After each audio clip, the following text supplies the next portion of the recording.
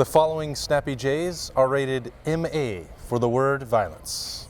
That is Bill Landis. I am Austin Ward. Welcome into the Woody Hayes Athletic Center for a Woody Wednesday of Snappy Jays. And the offensive line was front and center with Justin Fry in front of the media.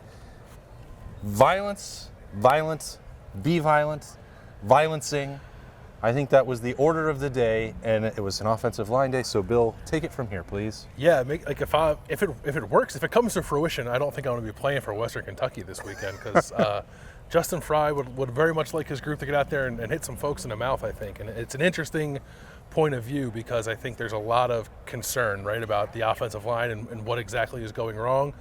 Justin Fry does not seem all that worried about the communication aspect of things, the pass protection aspect of things, getting lined up and identifying people the right way. It's that once they get there, they're not arriving with enough ill intent to finish those blocks and help these runs get out for more than the 1, 2, and 3 yards that it seems like is happening more often than not. There have been good examples of that. I thought there were a few against Youngstown State, but clearly not enough, and that is the charge for the offensive line this week and probably every week moving forward. I'm sure it's with an eye toward the Notre Dame game. It is be violent.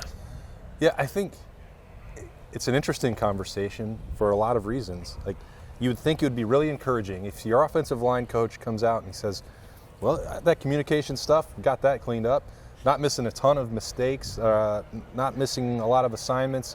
It seems like guys know what they're doing. The technique is fine. Had a couple penalties, but not stuff that you're worried about. Like, it's all correctable. And he's like, oh, well, that sounds like the offensive line is really trending in the right direction. And then he caps it off by saying, yeah, but we would like them to, stick their face in the fan and put somebody in the dirt. That's like, you kind of need them together. So I guess maybe it's not all the way there, but the pieces are in the mix in a way that he thinks they can get him there. And I think the end result of that for me would be the coach is putting it on himself to push them and bring that out of them and not just being like, oh, well, I taught them all these things and it's not working. I don't know why. I'm doing everything I can. Well, maybe it's a motivational issue.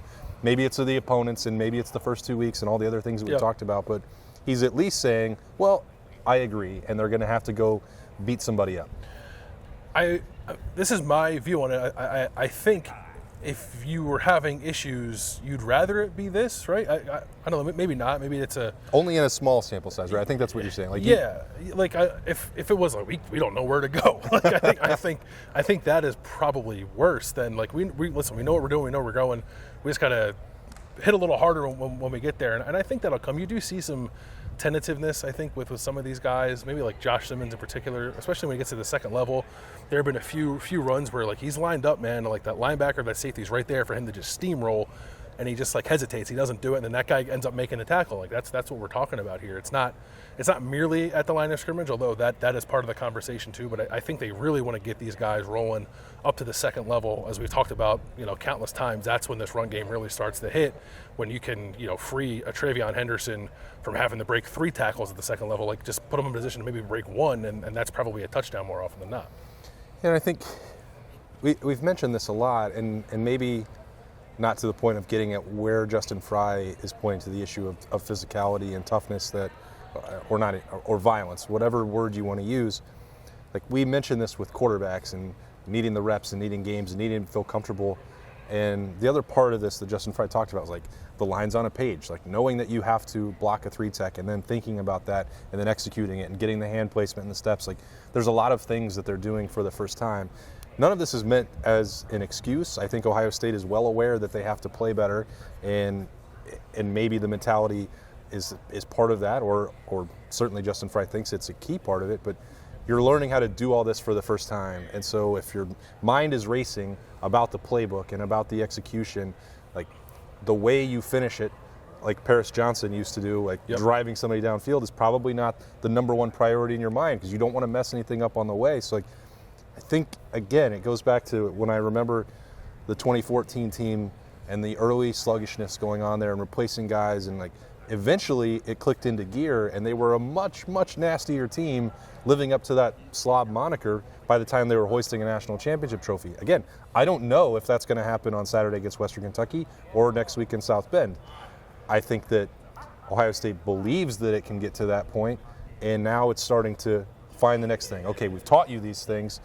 Now you can execute them, and you need to do that at a hyper-aggressive level. Yeah, and I think it was probably not a coincidence that we saw a lot of like inside sort of downhill run against Youngstown State. It should have looked better than it did sort of on average, but there were some really good runs in there.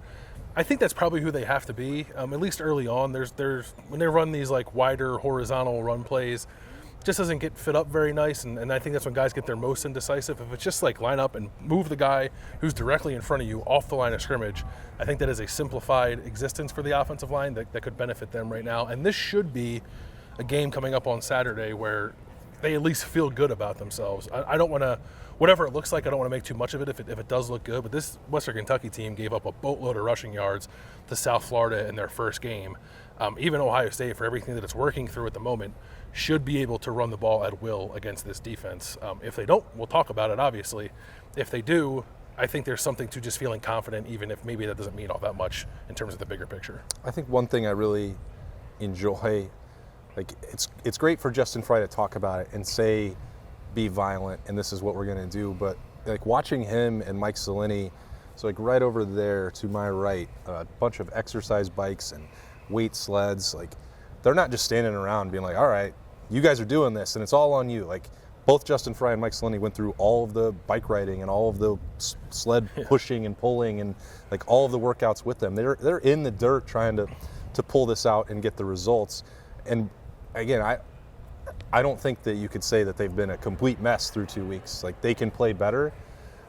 They're not considering personnel changes, for instance, which tells you that they think that they're on the right track with that. But like they're like actively pushing to bring that out of them. They know that it has to be better. They know that you're not going to win a national championship or have the number one highest rated offense in the country without an offensive line clearing the way. So they're all putting in the work to get there, and I think that that's encouraging. It's not like they're just throwing up their hands and be like, well, we tried, it's over. Like, yeah, I thought Justin Fry was going to pass out when he was talking to us because he was probably 20 minutes removed from riding the bike, and I'm not passing judgment because I would have been laying down on the floor if I would have done it. I talked to him about it. That's why I also bring it up, and he said, well, you guys need to do the podcast on the bikes. And I was like, nobody wants to see that. You want to see a man have a heart attack on camera? I said, Justin, our thing is like drinking beer on the show. He's like, well, you can have one when you're done. So it's on the table. Yeah. It's not on my table. Okay, no. He did say that Berm needed to do it. I said Berm's at a baseball game right now, he's probably going to keep skipping Wednesdays if we have to get on that exercise bike. But anyway, away from that bike, also Tim Walton and Jordan Hancock were talking, so there was a lot of secondary conversation and how that matches up with Western Kentucky's pass-happy offense on Saturday. Another key area to watch for the Buckeyes this week, and I think Jordan Hancock and that nickel conversation is probably going to be more meaningful on Saturday. It's maybe the biggest thing on Saturday, with the way that Western Kentucky plays there, and like Ryan Day was talking about it, Jim Knowles was talking about it, Tim Walton was talking about it. They're hyper aware of the way that Western Kentucky wants to attack them, which is kind of try to lull them asleep with stuff this way, outside, horizontal screen plays and bubbles and all that stuff. The kind of plays that drive Ohio State fans crazy when Ryan Day calls them. And they want to do that to throw it over the top on you. And it requires a tremendous amount of discipline from the cornerbacks. They're going to have to tackle really well in this game. It was pointed out to Tim Walton that Malachi Corley, Western Kentucky's star receiver, led the country last year in yards after the catch. That's a big spot for whoever's covering it because he's going to get catches.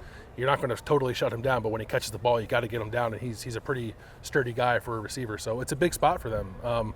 For as much as we're talking about the pass rush and stuff, we'll see how that manifests. I don't know if it is. Maybe it's too much of a quick passing game kind of deal for them to truly get home, but we are going to learn a lot, I think, about Ohio State's cornerbacks this weekend, and what we've seen so far has been very promising, but this is a big test. Have you seen enough? I had to double check. So like PFF, grain of salt, I think this is probably going to be pretty close to accurate, and I was checking that earlier today. It's like 29 snaps in coverage. They don't have him graded out incredibly high, but he's only been targeted 4 times and given up 2 completions, which, if you get 50% out of that and hold it to 17 yards, 9 yards a catch or whatever that is, like, I think Ohio State would take that over the course of the year. I don't know. It's too small of a sample size for me to say, yeah, let's go full bore and keep playing those 3 corners in nickel. I don't know, what did you think about it on the rewatch? Is it a good idea? Is it a good fit? Do you still need to see more?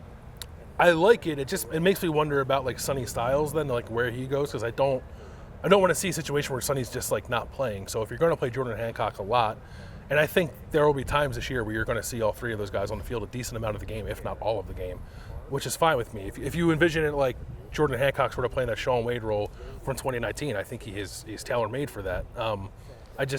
It makes me question what happens then with the other back-end spots, because that's a different kind of player, I think, than Jim Knowles has used in the past. But clearly they trust him. They put him in there right away after that completion against Cam Martinez. I thought he was good. I thought, like, it's mostly in practice that I've seen this, but he's a willing tackler, which has impressed me the times we've gotten to see it. Like when they do kind of early in camp, when they get the pads on and they do those one-on-one tackling drills, Jordan Hancock usually flashes a little bit. Same thing in the spring. So he's going to need to bring that this week. But I like it. I think it probably leaves them better positioned than last year when they were injured at corner one, but then two, like, just didn't really have a true corner to play at that position. So remember how I don't ever have any idea what's going on at safety for this team all year? Like, I think that's if that's where Jordan Hancock can thrive, and they want to do that more. I think, like, as you're saying, I don't understand the shift there, what that would mean for Sonny Styles. Seems like they don't necessarily want him in that deep safety role. We saw Josh Proctor walking off the field tonight. Ankle still taped, but looked like he had been a practice participant. Tim Walton did say he practiced. Did practice, okay. Yeah. Well, that's relevant because I assume that he will start there. Jim Knowles hinted as much on Tuesday. It's like, then where do the pieces move? And people ask that on subtext a lot over the last couple of days. Like, okay, well, you move one piece, how does it impact the others? And I definitely don't know the answer. Yeah, I don't know too. Like, I was talking with Doug about this earlier today, and I think you can envision, right, if you use a 2019 defense as a template, it's like Shaun Wade or Jordan Hancock. I think Sonny Styles can be like a Pete Werner, but that is fundamentally different from, I think, what Jim Knowles has done in the past. It would require a little bit of shift on his part.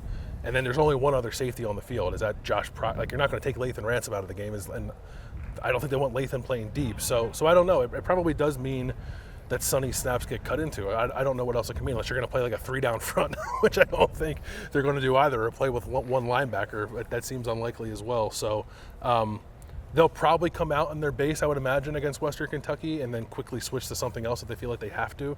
I am on alert for this being like a sort of a more traditional nickel coverage kind of game. Western Kentucky's going to throw the ball 50 times probably. Right. They ran 91 plays last year and they only scored 17 points. They somehow managed 91 plays and a loss to Auburn last year. That's a pretty bad ratio. Yeah, it's like, it reminds me of like Indiana last year, just playing fast terribly.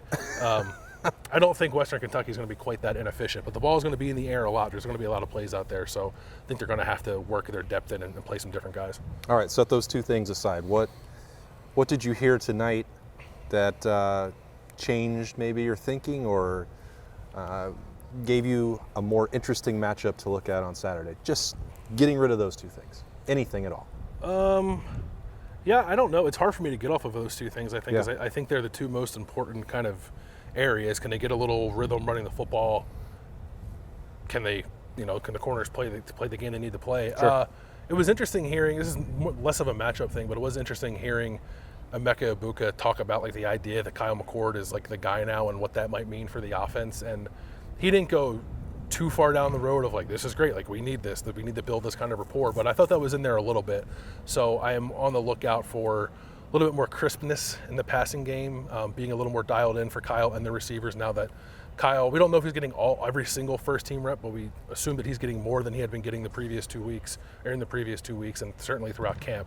So I think that could show up and be a difference on Saturday. The way he described it did not come across as a complaint by any stretch of the imagination, but he was asked about the relationship, the chemistry, the continuity of the offense, and like, oh, well, if the reps change, it's like, well, we didn't have that many opportunity to get with either quarterback. Yeah. When it was rotating, when it was split fields, when it was 50-50 with the reps, like, the way things go in a practice, like that could mean that Emeka doesn't catch a ball at all in one practice from one or the other. And that's probably not ideal. And I think, I won't put more words in his mouth, but you could see, I think, some frustration from Emeka specifically. He had at least one and maybe two routes on Saturday that he was going to score on. He was definitely going to score on one of them. And it didn't connect. So again, I don't think that means that you blame the way that they set up practice. You blame the quarterback. Like those things are going to happen over the course of the season anyway, no matter who's out there.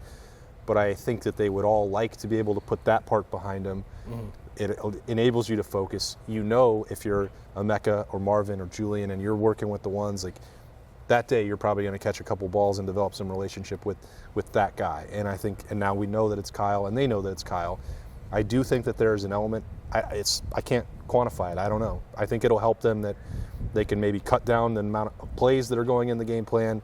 They can spend more time throwing and catching and getting on that same page. We'll see what happens when they actually get out there and go do it on Saturday.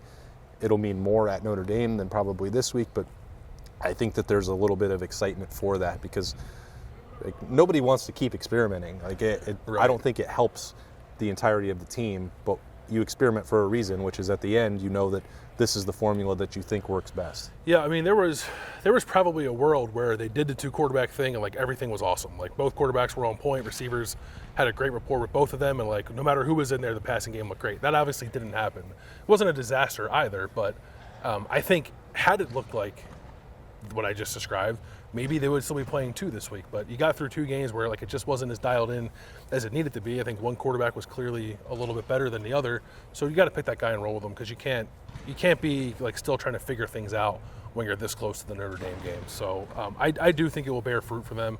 I'm frankly excited to watch it because I think there have been things that Kyle has like not done, like or maybe like skill sets of his that have not been necessarily accentuated because of the situation that I think could come out this week. Well, it's Wednesday night, and we're doing Snappy Jays, and I don't know where he came from. Did he just like rappel down from the ceiling? But Marvin Harrison, oh, look at that, appears by the Monarch, and that means it's probably about time for us to get out of the practice facility on a Wednesday night. Thank you for joining us on the podcast. Still a lot more coverage coming on Thursday, Friday, and the build-up to Saturday, which, of course, is Ohio State against Western Kentucky in the Horseshoe. Appreciate you. Appreciate Bill Landis. I'm Austin Ward, and we're going to talk to you later.